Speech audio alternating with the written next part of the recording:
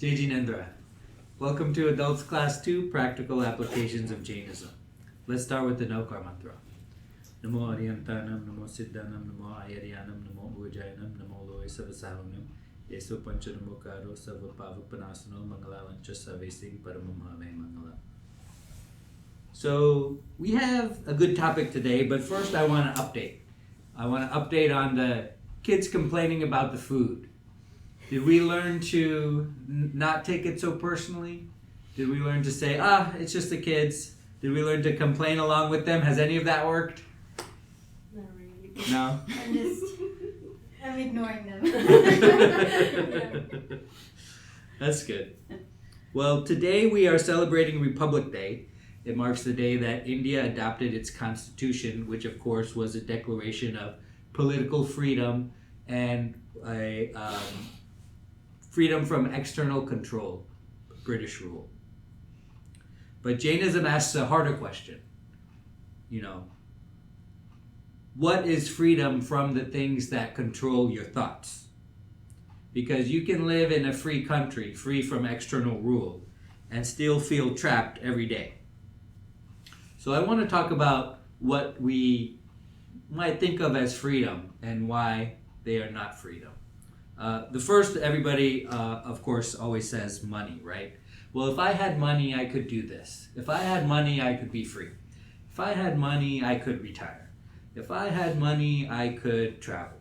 If I had money, this, that, and the other, I'd save more time, right?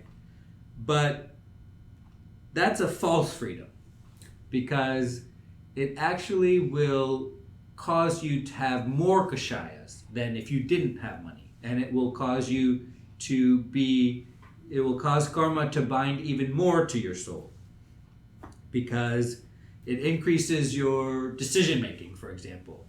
It increases the amount of violence you could do. It increases the maintenance of the things that you have, right? And the more you get richer, the more problems you have. That is, and I'm not saying that it doesn't solve some problems. Sure, money solves some problems. What I am saying is that it creates more problems than it solves. So our time would be better spent on solving the problems we have right now, rather than thinking that money is freedom. Another thing that people think a lot about as freedom is comfort, especially material things. We all are too cold right now. We're thinking about that. We all want to have a bigger house, or we want to have nicer things, or we want to be more comfortable. That's what we're working towards. That's what we're working so hard towards. And that's a false freedom. Why is that a false freedom?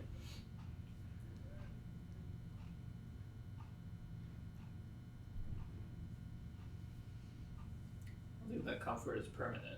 And as soon as I think if you get that one comfort, then you're looking for the next comfort after that. Right. It's a continuous process of seeking this type of comfort because, as we learned last week, even small problems are like water. They expand to fill the container that is you. So if you solve a big comfort problem, let's say you have a house now, well, your next comfort problem becomes just as big, even though it's objectively smaller, right? Mm-hmm. And so you're constantly chasing the next thing like a drug. And that's what we call the hedonic treadmill.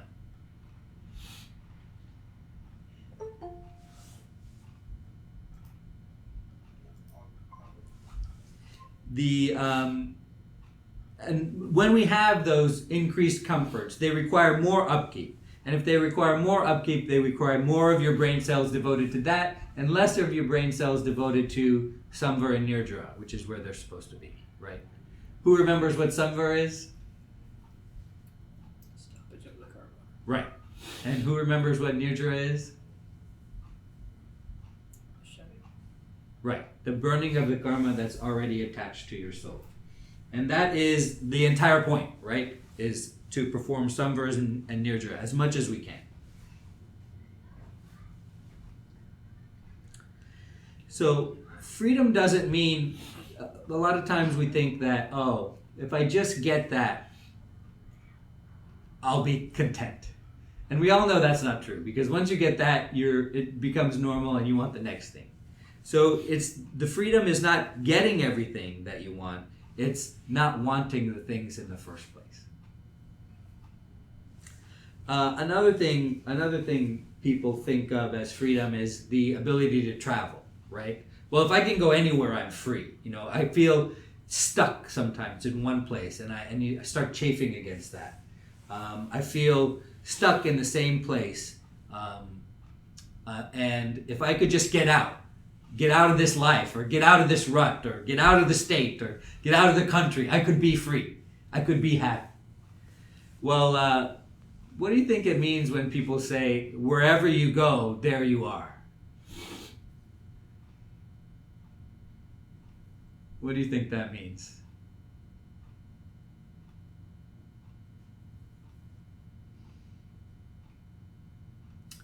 It means that whenever you go somewhere, your problems come along with you. You can't outrun them because they're inside of you, right? If you're uncomfortable in one place, you'll probably be uncomfortable in the next place because those problems are part of you and you have to work on them internally.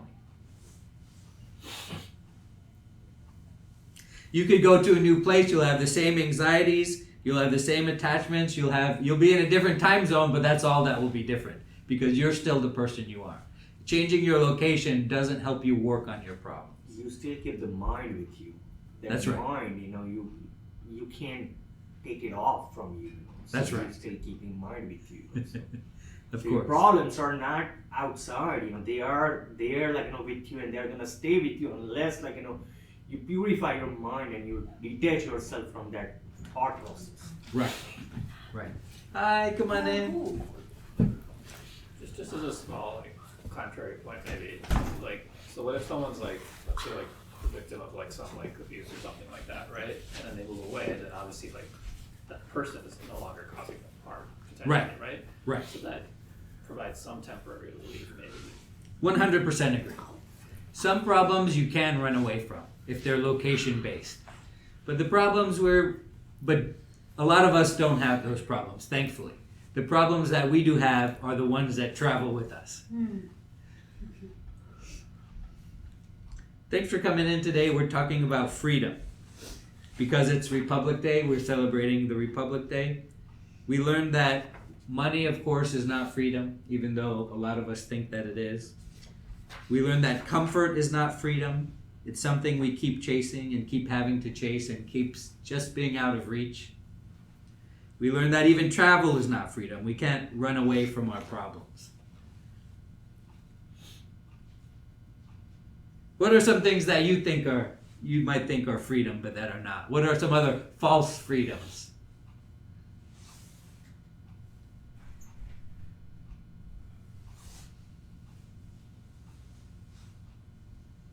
Ignoring?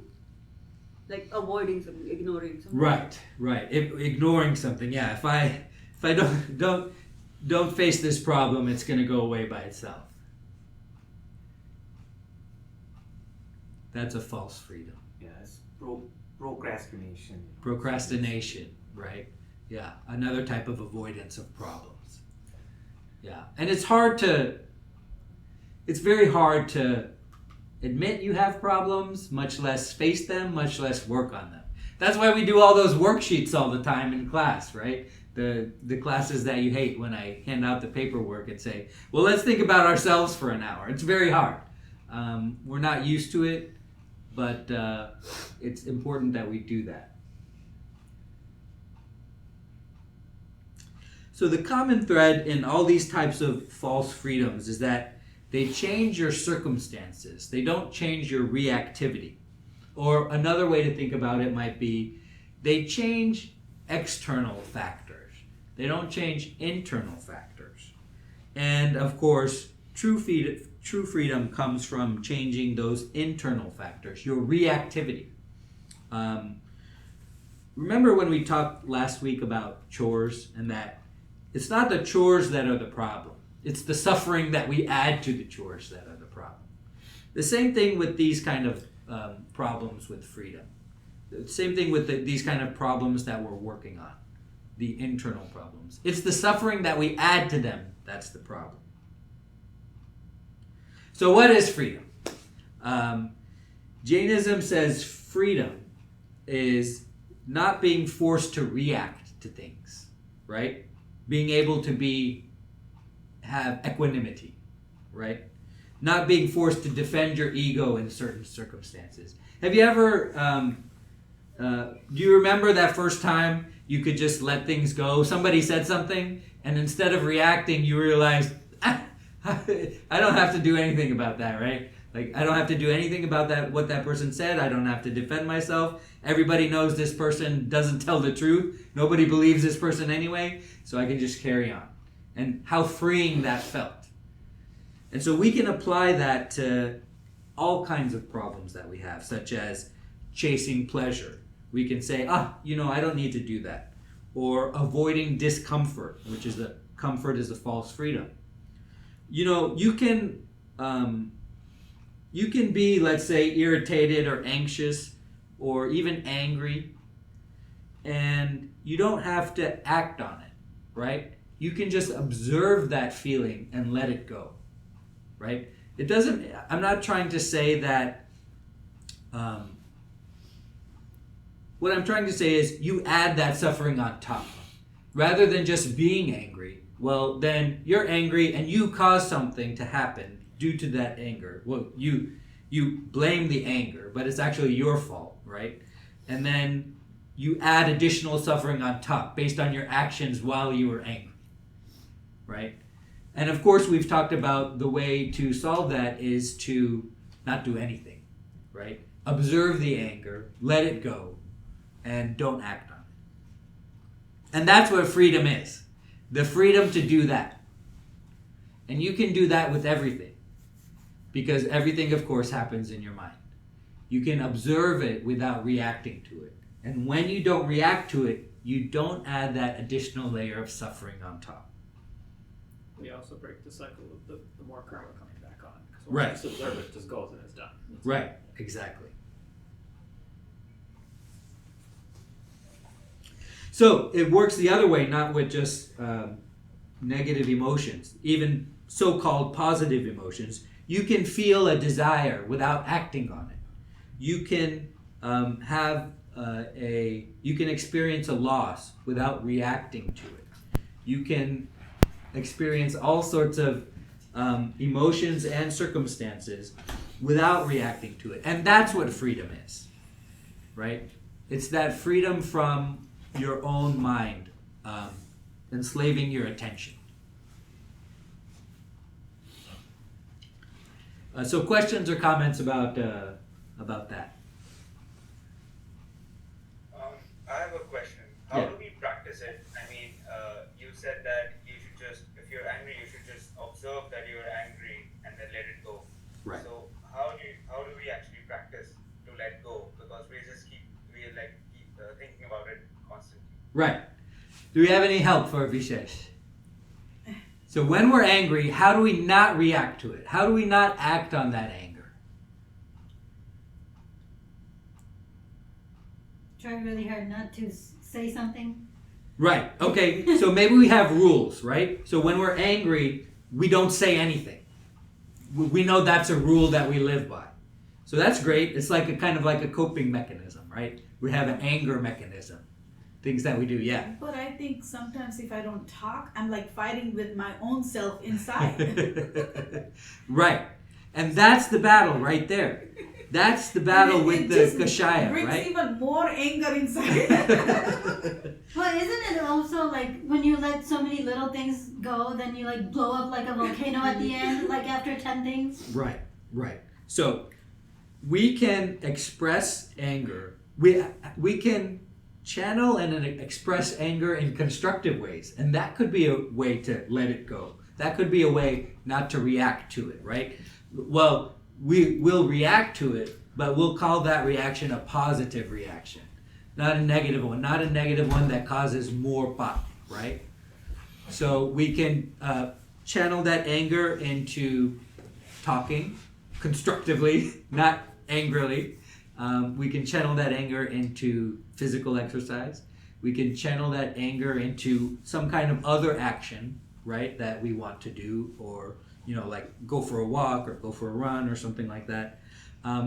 But the answer to your question is that it takes multiple parts, and it's very hard. It's easy to talk about, and it's very hard to do. But the first thing is recognizing it. The first step that a lot of us need to understand is when we're angry, because we don't know, because that anger has captured our attention. And we're angry and we don't know we're angry. And how we start to know we're angry is, of course, practicing mindfulness. That is, monitoring our thoughts and feelings throughout the day. That way, when you are angry, you understand that you are angry, rather than just being angry. But that's the first step. And the second step is, once you recognize you're angry, well, then you can do those coping mechanisms. Then you can go for that run. Then you can do that. And so you have those mechanisms to you. And of course, the third step is the resolution. What happens after you get angry? You recognize you're angry. You do whatever coping mechanisms you have, and the resolution. So that's how we fight anger. What's our weapon to fight anger? Forgiveness, right? And so that can be one of our mechanisms, and that can be one of our resolutions, is forgiveness. Other questions or comments? I want to share one comment. Yeah. I was practicing not to be angry for a while, and then one day I was just proud of myself, like, oh, it's working, everything is fine. I'm realizing, and next thing I know, I get so angry again. Right. So how do I just keep going without getting angry again? Right. It's the exact same thing we talked about, but you have to do it again. First, you have to It's like recognize your proud, anger. like it's working. Yeah, that happens often. When we're proud and we think that it's working, we stop being vigilant, right? Because we're celebrating, and so we fall back down the hill again. But sometimes it's also like you let it slide so many small thing, and you're like, okay, it's working. But then there's like a last straw to it, and then it just blows you up. Like you're like, okay, I'm trying, but no one is recognizing, and it just blows up then. Right. Yeah. So people think you're not angry, but then you are angry, but you don't let them know, and so you don't let them know, like, oh, I'm this close to blowing up at you because I'm trying to hold it in. Right. Yeah. But do you talk about it after the anger has passed? Do you talk it out to resolve it then? Absolutely. That's one of the best things that you can do, is whoever you were angry at or angry with, you talk with them and you give yourself and that person some resolution. And that's the emotional work that we put in every day, especially with our family when we get angry at them. It's important to do that because that's our weapon, is the forgiveness.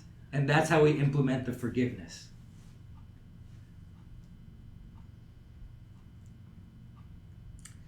So a lot of times we say things like, when bad things happen to us, we say, this shouldn't be happening to me.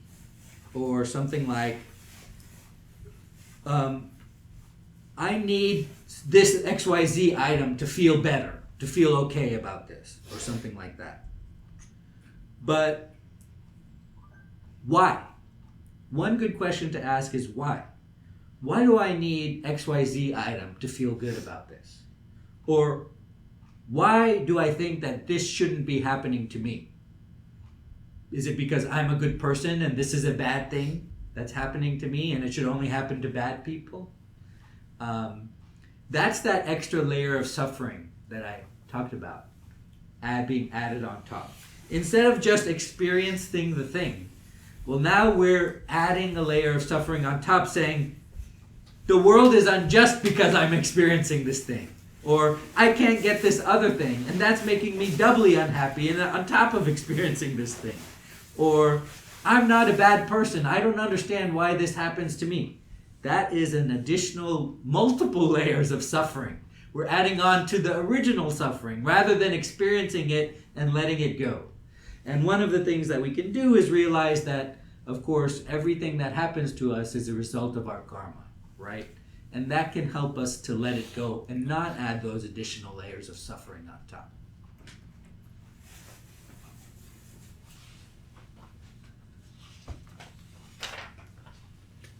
And that's what true freedom is, right?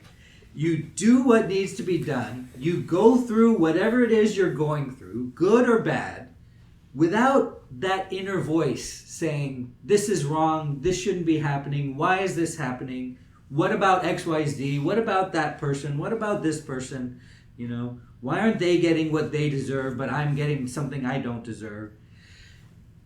You quiet that voice, that inner monologue that you have, and you just experience the world as it comes to you. And then that is what true freedom is. That is how you can have equanimity in the light of hardship. That is how you can be strong. When you see strong people, that is how they are strong. They have quieted that voice, and we can do the same.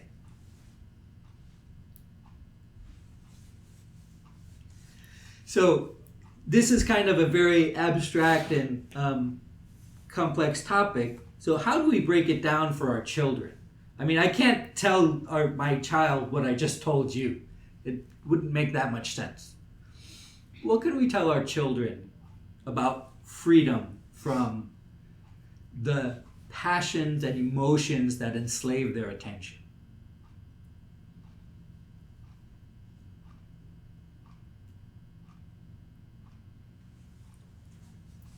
Maybe just an explanation that this material stuff isn't really going to make them happy. Right.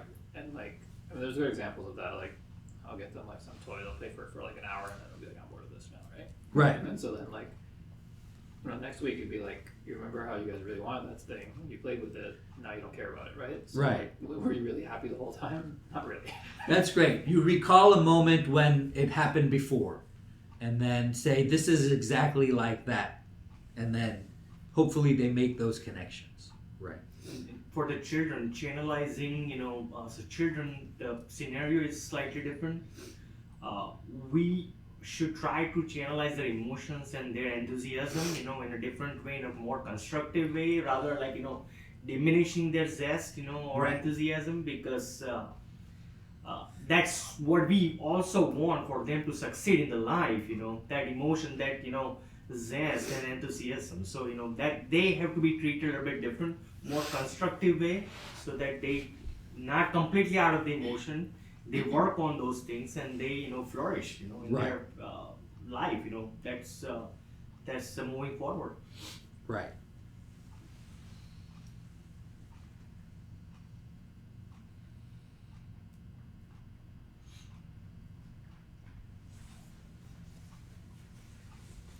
So here's the test, right?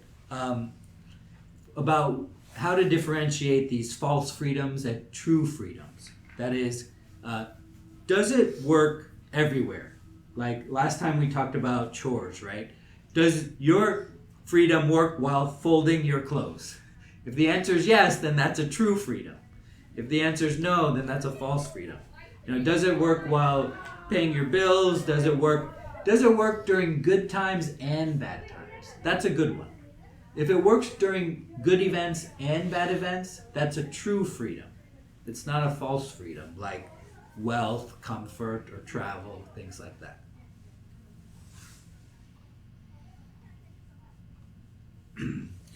But then some of them are kind of difficult, like travel. You can't travel when you're going through bad time or you're sad or whatever. How can that be a freedom? It can only happen when you're happy. So Right. If you're sad and you travel, you'll still be sad wherever you're going. And that's why it's a false freedom. Well, what if it makes you happy? Because you are getting away from wherever you are. Then if it makes you happy, that's temporary. And then those problems will catch up to you. You can't keep traveling to different places trying to outrun your problems, right? They'll eventually catch up to you. They don't have to pay for airline fees. Sometimes it happens, right? You just try to avoid your problem or your Right. grief or whatever, trying to divert yourself into something else Right. that kind of not make you think about it. And you just think like time will heal that problem. And Right. by the time you come back, that you just skip that whatever month or whatever it was. So we're talking about either ignoring or distracting ourselves from the problem and then saying time will heal you. I agree and I disagree. Time does heal some wounds, but a lot of times if we let things sit, then they'll fester and they will come up later with more force because we didn't do the work to solve those problems. So I agree and disagree a little bit, with that. Anybody else agree or disagree? Yeah, I mean, when you're like going on a vacation, once you complete all your work, you feel more happy, So once you have something in your mind, it's kind of obligates you to that thing, and sooner or later, even like when you're away, that thing comes into mind because you're not leaving the mind over there. You're still bringing the mind with you wherever you go. So Right. Yeah, depends on the problem, I guess. Right. So tell me about your life, right? This class is and has always been about applying Jain principles to make the quality of your life better. So what kind of false freedoms have you maybe been clinging to that we should talk about and you should not cling to anymore?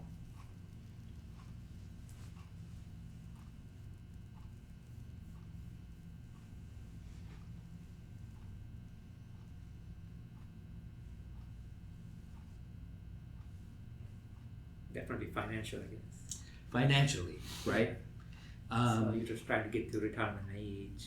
Yeah. You're free. When you're free, you don't need to work anymore, right? Right. Or enough money for that.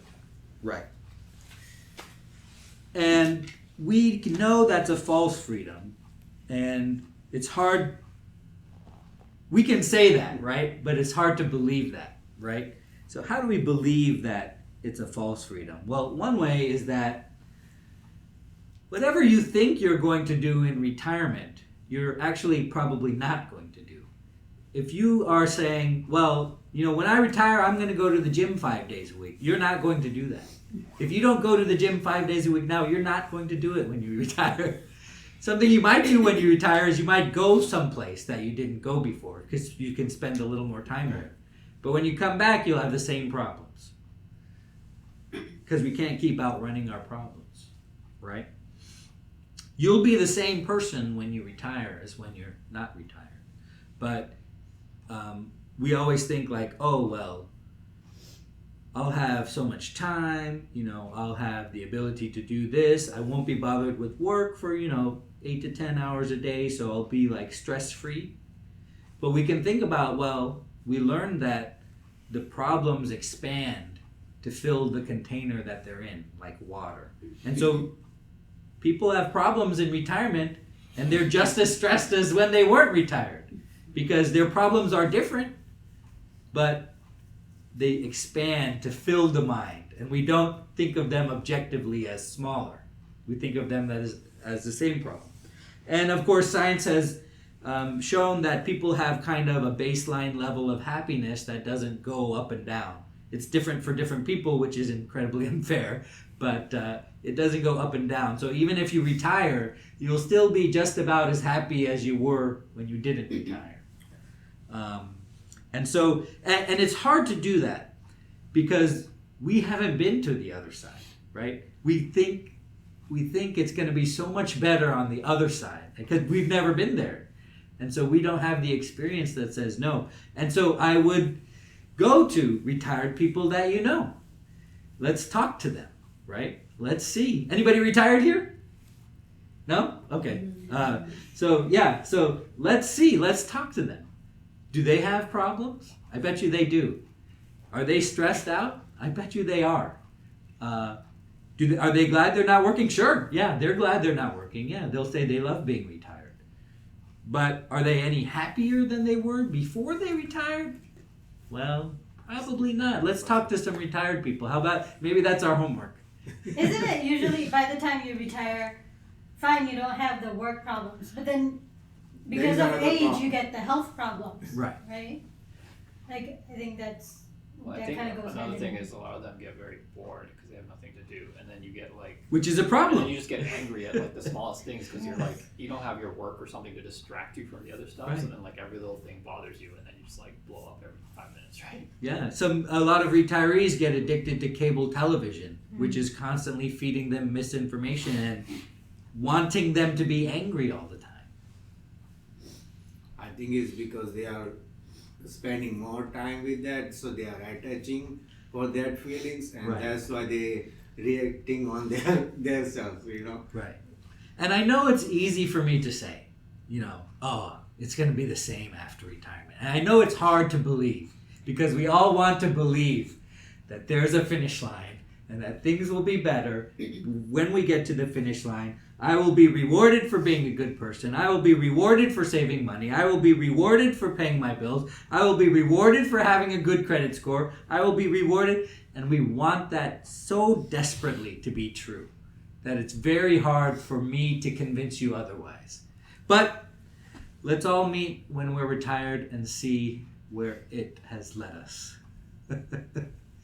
Any questions or comments? I know we have a shorter class today because of Republic Day. I think we are more thinking like we get more time when we have retired, because right now everybody's working, they have some certain kind of schedule, and right now we are thinking when we are retired we have more time to do things ourselves,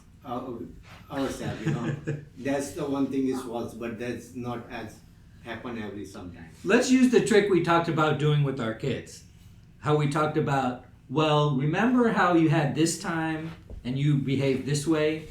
Well, this scenario is exactly like that. Let's think of a time that is exactly like retirement. What did we look forward to? We thought everything would be better afterwards. We thought a lot of our problems would go away.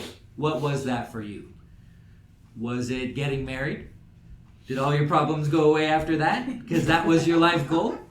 Was it having kids? That was your life goal? You thought everything would be great once you had kids? You would be rewarded for being a good person? Well, did your problems go away when you have kids? So what the hell makes us think that they're going to go away when we retire, this thing that we've been looking forward to? Is it usually that when you add people to your life, the problems increase? I mean, certainly, yes, because we have multiple interactions, Yes. right? Yes. You have more attachment, so that's kind of That's right. Yes.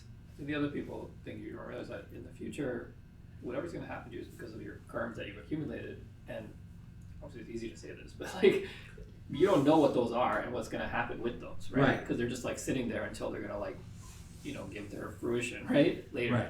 So it's easy to think that like it'll be better in the future, but you don't know. You kind of have a whole bag of bad things waiting for you, right? You don't know.